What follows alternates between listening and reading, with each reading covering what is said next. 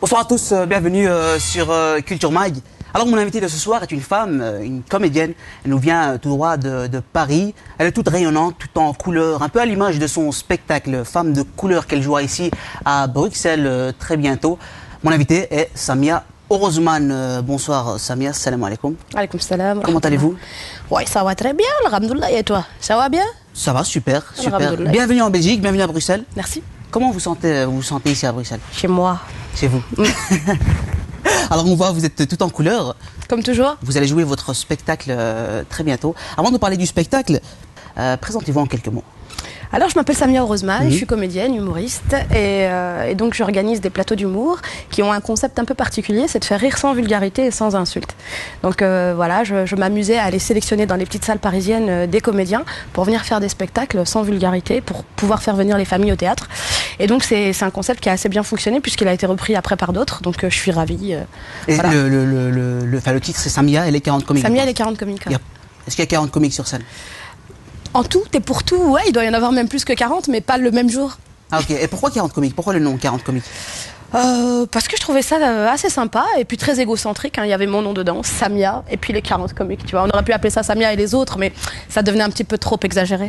Alors il y a pas mal d'humoristes qui sont en tête d'affiche à l'heure actuelle, qui ont débuté chez vous. Ouais. Je parle de Malik Bentala, Yann Kojandi qui a fait la série Bref. Ouais, il y a eu Baptiste Le Caplin aussi qui est passé sur mes plateaux. Il y a eu Phil Darwin, Boudère, Maman, donc des artistes confirmés et d'autres qui débutaient et qui maintenant sont en tête d'affiche de par leur travail et leur acharnement. Donc voilà, bravo. Il y a eu aussi des représentations ici sur Bruxelles de Samia Alcan. On en a fait 3.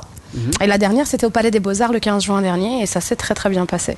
Alors on va parler un peu de vous, hein, on va faire un petit portrait de vous. Racontez-moi vos débuts, comment vous êtes venu l'envie de faire du théâtre, du one-man show? Eh bien, j'ai commencé la scène, j'avais 12 ans. Donc la première fois que je suis montée sur scène, c'était lors d'un atelier théâtre avec le collège. Et j'ai réussi à pleurer sur scène. Du coup, je me suis dit, waouh, c'est vraiment ça que je veux faire. C'était lors d'une improvisation théâtrale. Et du coup, j'ai continué. J'en ai fait au collège, au lycée, à la fac. Après, j'ai fait le conservatoire de théâtre à Paris. Et voilà, et c'est une passion, c'est ce qui me fait vibrer. Et maintenant, j'ai réussi à en faire mon métier depuis peu de temps. Voilà. J'ai lu que vous avez fait un concours aussi à 20 ans, au conservatoire. Ouais, c'est le concours d'entrée pour le conservatoire, c'est ça. J'ai lu dans une interview, vous étiez la seule maghrébine, et vous dites c'est leur monde. Ouais. En gros. En fait, c'était le monde des petits bourgeois parisiens. Donc il y avait d'autres maghrébins, hein, mais on était dans un autre univers, on n'avait absolument rien à voir. Il y en avait un qui venait d'Arabie Saoudite et qui avait sa propre boutique dans les beaux quartiers de Paris. Il y en a un autre qui était franco-marocain, donc il avait plus le côté français. Et puis le dernier, il s'était présenté en me disant « Salut, moi c'est Jamel ». Donc voilà, on était d'univers complètement différents. Et j'étais la seule, en gros, maghrébine qui venait d'un autre univers. Parce que vous avez grandi à Clichy-sous-Bois. Voilà. Donc je suis née à Paris, mais j'ai grandi à Clichy-sous-Bois dans le 93. Faut savoir que c'est là où ont démarré les émeutes en 2005. Et donc on dit que c'est la ville la plus pauvre du 93. Donc voilà, après c'est comme ça que les médias la définissent, cette ville. Mais moi, je trouve qu'au contraire, c'est la ville la plus riche du 93, dans le sens où il y a différentes origines, différentes cultures, et qu'il y a une richesse peut-être pas palpable, peut-être pas matérielle, mais il y a une grande richesse de cœur. Un peu comme ce que j'ai pu découvrir ici. Voilà. Vous inspirez de cette richesse pour... Exactement. Pour écrire vos spectacles. D'ailleurs, vous faites pas mal de personnages. Est-ce qu'on peut avoir un petit extrait vite fait? Ah, mon ami, si tu n'as pas payé, tu veux rigoler gratuitement. C'est pas tout gratuit, hein. Ah, voilà. Si tu veux regarder, il faut venir. C'est quel accent ça?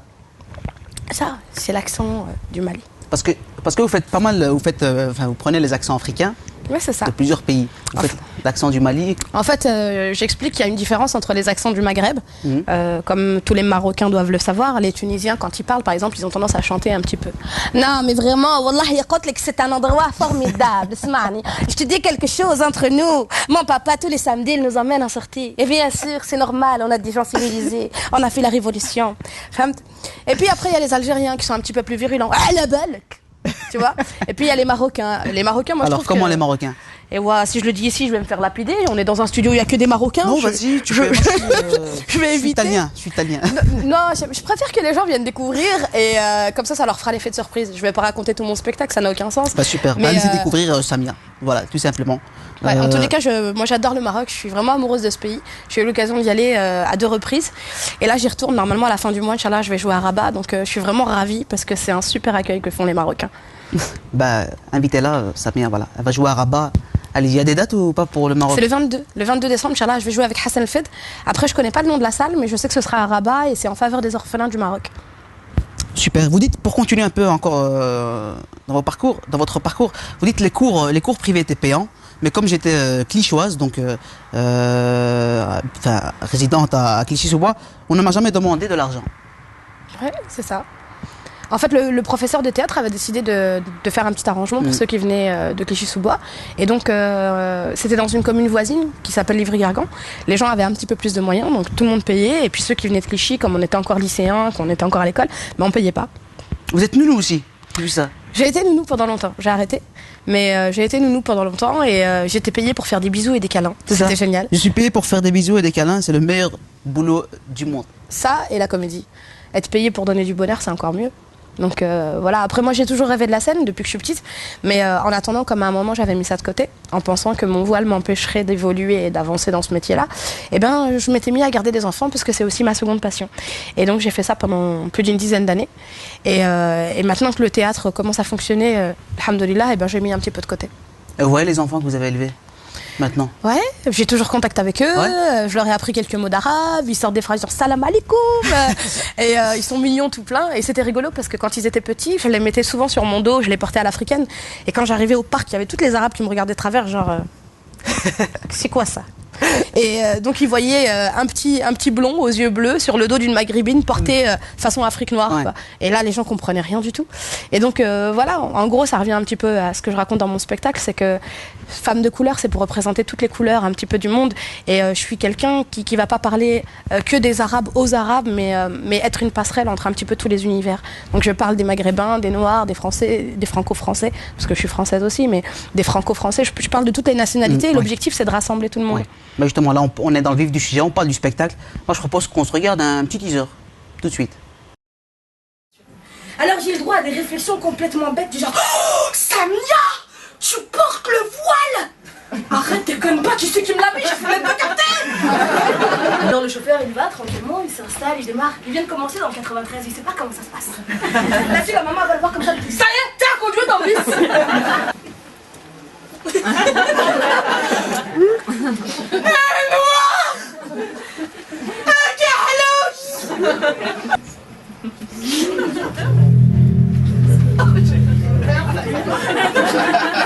Alors, ça y est, y a quelque chose là-dedans. Et moi j'étais ouais du grand. C'est vrai. T'as pas vu mon père, mon frère et mon mari qui sont cachés derrière les buissons. Toute la journée ils vérifient est-ce que je l'enlève ou non. C'est un piège. Ils vont m'emmener au bled, ils vont me brûler mes papiers, ils vont me marier avec un cousin et on aura des enfants mongoliens. Est-ce qu'il y a de... Enfin, quel sujet abordez-vous dans ce spectacle? Alors, je parle de plein de choses. Je parle du jour où j'ai décidé de porter le voile et du comportement des gens qui a changé face à ça. Donc, c'est pour ça que j'arrive avec la grande cape noire sur la musique des Dents de la Mer pour faire peur un peu. Et donc, l'objectif, c'est de déconstruire un petit peu tous les clichés qu'il y a autour du voile. Donc, en Europe, on est persuadé que la femme musulmane est une femme voilée, de force, opprimée, séquestrée, qui n'a pas le droit à la parole. Et donc, j'essaye un petit peu de contrebalancer parce que jamais on a entendu une femme voilée sur le devant de la scène s'exprimer clairement et dire mais attendez, faut arrêter tout ça, quoi. C'est dans votre tête. C'est vrai qu'en France, on n'en voit pas. En tout cas, j'en connais pas des femmes voilées qui font. Enfin, des humoristes, déjà, il n'y en a pas tellement. Et d'arriver sur scène. Et c'est le message principal en fait du spectacle. Non, c'est pas que ça. C'est pas que ça. En fait, je commence avec ça et puis ensuite je passe sur complètement autre chose. Comme je vous le disais tout à l'heure, je prône la diversité et l'ouverture d'esprit. Donc je raconte le désespoir de ma mère le jour où je lui ai présenté un noir pour me marier avec. Je parle des clichés qu'on peut avoir les uns sur les autres selon nos nationalités, selon nos différences. Je parle de la difficulté de ne pas avoir d'enfants et de la pression sociale qu'il y a autour de ça. Je parle des commérages aussi, du téléphone arabe, ce qu'on a inventé de mieux, nous les maghrébins, qui cartonnent. Et donc, je parle vraiment de plein de choses, mais dans lesquelles finalement un peu toutes les femmes peuvent se retrouver, qu'elles soient maghrébines ou non, qu'elles soient africaines ou non. Toutes sont à un moment ou à un autre passées par une de ces étapes-là et finalement se retrouvent dans ce que je raconte. Et quelles ont été vos inspirations, s'il y en a eu? Eh bien, ma vie de tous les jours. En fait, moi, je mens pas, j'invente rien. Tout ce que je raconte, c'est la vie au quotidien. J'extrapole peut-être un petit peu parce que je suis comédienne et que c'est normal. Mais sinon, c'est la vie de tous les jours. Et donc, voilà, moi, je sais que ma plus grande source d'inspiration, ça va pas paraître très original, mais c'est principalement les gens qui m'entourent et surtout mes parents. Donc il y a un grand enseignement à tirer de leurs différentes expériences et quand je raconte les petites histoires, les petites anecdotes que mes parents ont vécues, et ben les gens finalement se retrouvent dedans parce qu'on a tous un peu les mêmes parents, quelles que soient nos origines. Donc vous prenez l'amour des gens et vous en faites un spectacle. Voilà, en quelque sorte.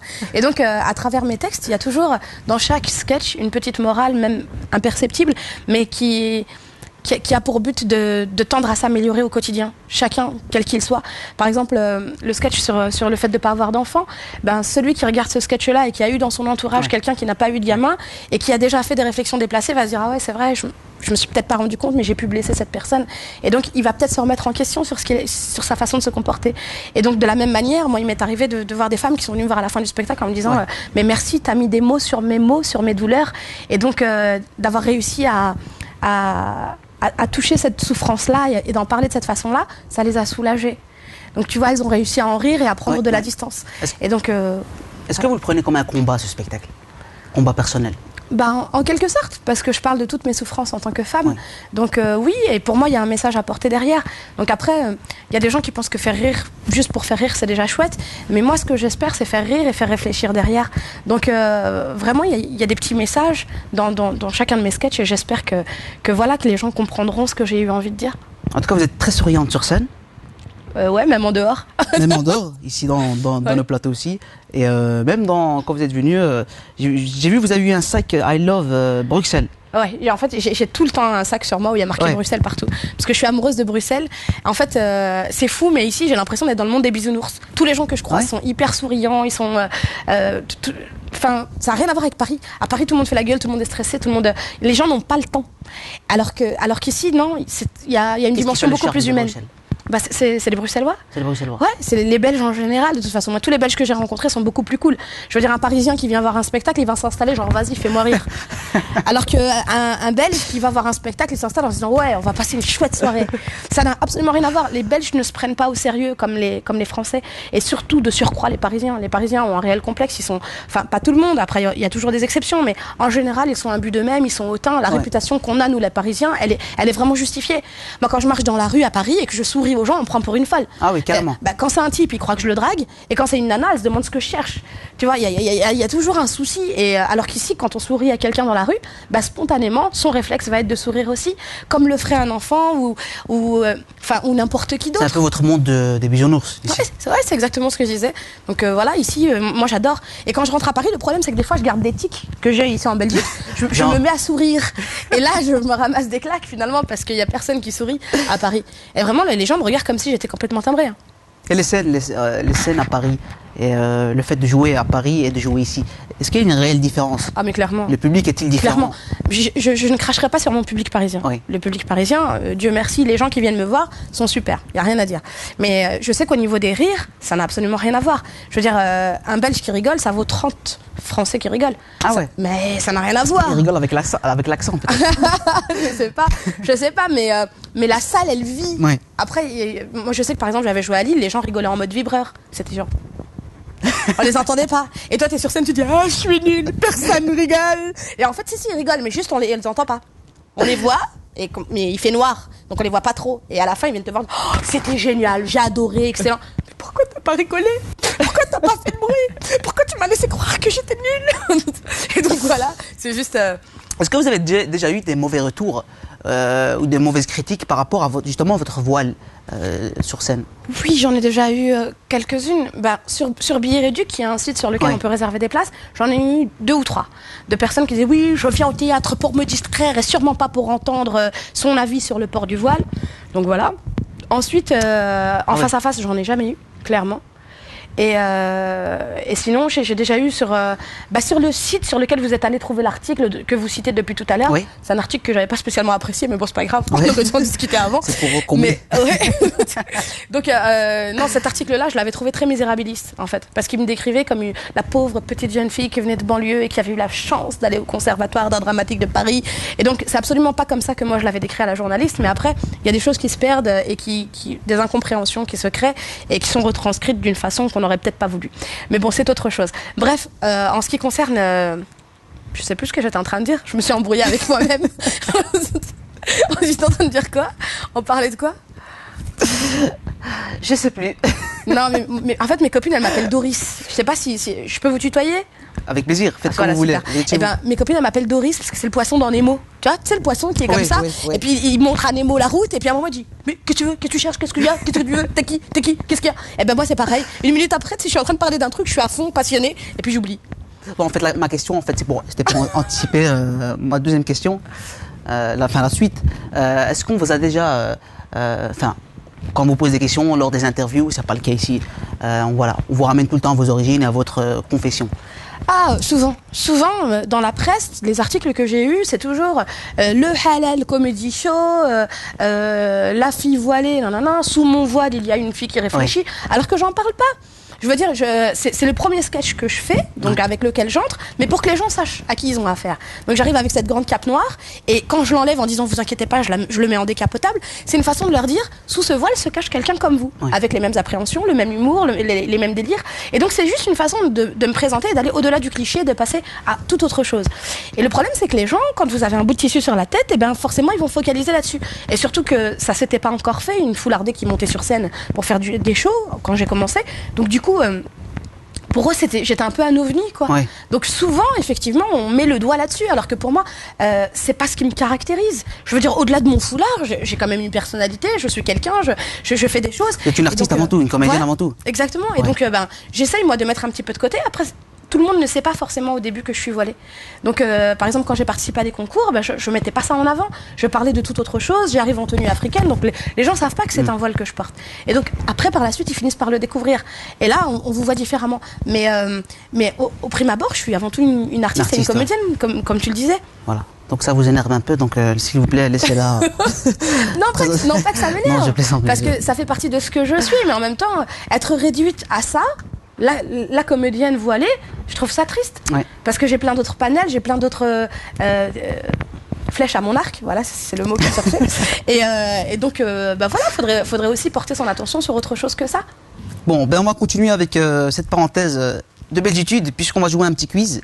D'accord. Bon, on va passer quelques images. Vous devrez me dire si c'est belge ou pas belge. Moi, c'est un peu la culture belgitographique, comme je l'intitule moi-même. Première image. Alors, belge ou pas belge? Déjà, c'est qui? Annie Cordy. Annie Cordy. C'est qui Annie Cordy? Oui, c'est elle, Annie Cordy. Elle a une tête de gentille, alors je dirais belge. Elle a une tête de gentille, elle est belge. Voilà, j'avais raison. Oui, super. Deuxième image. Alors. Bah lui, il est belge, bien sûr. C'est votre nouveau Premier ministre. C'est le nouveau Premier ministre. Elio. J'adore Monsieur Elio, mais il faut lui dire qu'il arrête avec le nez papé. Il faut mettre la cravate. Pourquoi? Vous aimez pas? Tu n'as pas vu Prime Minister Academy ou là? Bon, racontez-moi. Je ne connais pas. Alors, j'étais passée dans une petite série qui s'appelait Prime Minister Academy, où l'objectif, c'était d'élire le nouveau Premier ministre de la Belgique. C'est quand vous étiez resté un an sans gouvernement. J'avais joué le rôle d'une maman arabe qui présentait son fils comme nouveau Premier ministre de la Belgique. Et mon fils, c'était Mohamed Ouachen, qui est un comédien extraordinaire. Et donc, je disais, oui, monsieur Elio, il faut lui dire qu'il faut qu'il arrête de mettre le nœud papillon, il faut mettre la cravate. Et ouais, il a les responsabilités maintenant. C'est moche. On dirait Kermit la grenouille. Prochaine image. Hello Kitty. C'est possible? Non, je crois pas qu'elle soit belge. Non? Elle doit être asiatique. Bah, des dessinateurs peut-être, sûrement, mais non, c'est pas belge. Bonne réponse. Prochaine image? Laurie. Laurie, elle est belge. Elle chante en mode bisounours, donc elle doit être belge. Elle doit être belge. Là, c'est une insulte, là, madame. Laurie n'est pas belge. Elle n'est pas belge? Gardez-la pour vous. C'est pas très gentil, ça. Non, je l'adore, on la recevra la semaine prochaine. Pour son prochain spectacle, elle aussi, voilà. J'ai tout quitté. Prochaine image. Alors, les macroutes, c'est devenu belge. C'est devenu. C'est devenu belge parce que vous avez tellement squatté la Belgique, vous les Marocains, que Donc c'est c'est des obligé. macroutes. Ça fait partie du patrimoine de la Belgique maintenant. La dernière fois, j'étais au marché de la gare de Oui. Midi et il y a un belgo-belge qui est venu me parler en arabe.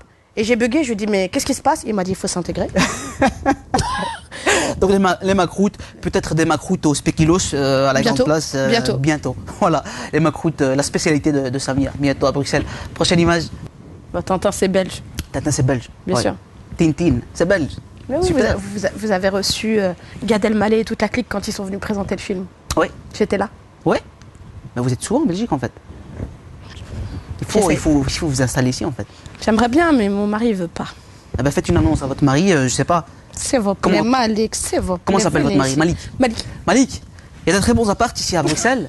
Je peux te prêter le mien si tu veux. Laissez Mais ta mère, elle est livrée avec ou bien? ma mère. Parce que il paraît qu'elle cuisine bien, donc moi ça me Elle dérange cuisine pas. très bien, ma mère. Les macroutes au spéculoos, les couscous au spéculoos aussi. Celle qui a inventé tout ça. Prochaine image.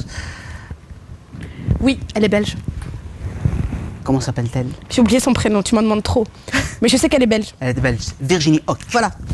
Virginie. Donc voilà, vous avez, c'était bien, c'était super. On va conclure un peu, on va conclure l'émission. On va rappeler les dates. Vous jouez où exactement? Je joue à l'espace mag, Inch'Allah, le 12-12-12. Comme ça, c'est facile à retenir. 12-12-12, voilà. Ouais. Donc C'est pas le jour votre- de la fin du monde, parce C'est qu'il y a pas des gens qui m'ont fait la réflexion. Voilà. La fin du monde, ils ont dit que c'était le 21. Donc vous avez encore un peu de marge. Vous pouvez venir rigoler un petit peu avant qu'on meure tous. Avant qu'on meure tous. Astaghfirullah, Donc, la c'est- hawla wala quwwata illa billah. Personne ne sait c'est quand la fin du monde, à n'importe quoi. Qu'est-ce que t'es- Bon, le spectacle c'est le 12-12-12 à 20h30 à l'espace mag. Mercredi 12 décembre à 20h30 à l'espace Mag.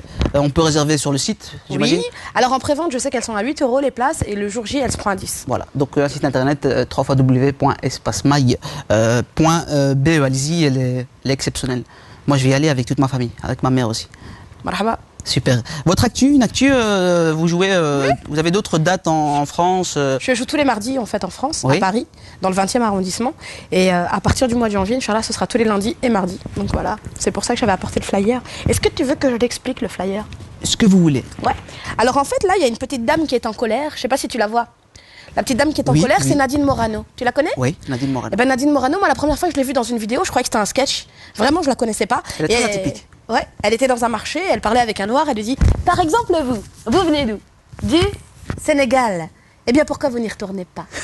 Non, parce que C'est vous pas avez vrai. si vous avez demandé l'indépendance quand même, alors il faut rentrer chez vous maintenant. Donc moi je pensais qu'elle était humoriste. En fait non.